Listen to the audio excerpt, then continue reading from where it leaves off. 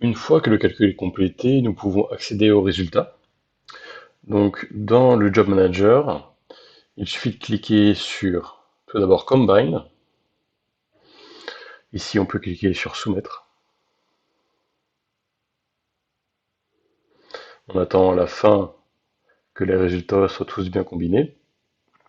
Ici, ça a été combiné avec succès. On peut fermer cette fenêtre et on peut enfin accéder aux résultats en cliquant sur Results. On se retrouve avec la géométrie optimisée de la poutre. On peut constater que cette solution est satisfaisante à plusieurs égards.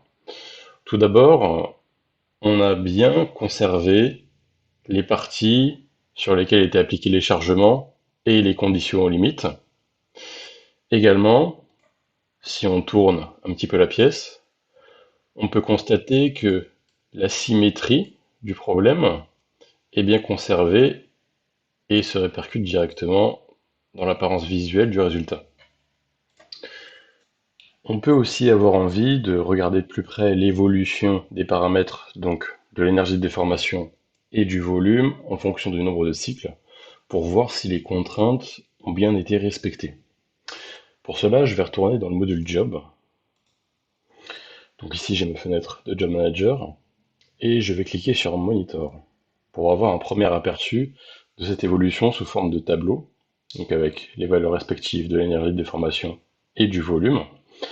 Mais on peut aussi avoir cette évolution sous forme graphique en cliquant sur Plot. Donc ici, je vais fermer mes fenêtres. Sur ce graphique, on peut observer plusieurs choses. On peut tout d'abord observer avec la courbe rouge que l'énergie de déformation a grandement diminué en fonction du nombre de cycles. Et c'est ce que nous souhaitions. On peut aussi observer, grâce à la courbe bleue, que le volume est resté en dessous de la fraction volumique 0,3. Enfin, on peut constater quelque chose d'assez frappant, c'est que vers la fin du processus d'optimisation, les paramètres convergent vers des valeurs assez précises, ce qui est un bon indicateur pour confirmer que l'optimisation s'est bien passée.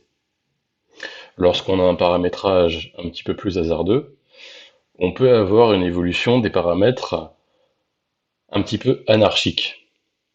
Et par conséquent, on n'a pas de convergence claire des paramètres vers des valeurs précises. Et on risque d'obtenir des solutions géométriques aberrantes.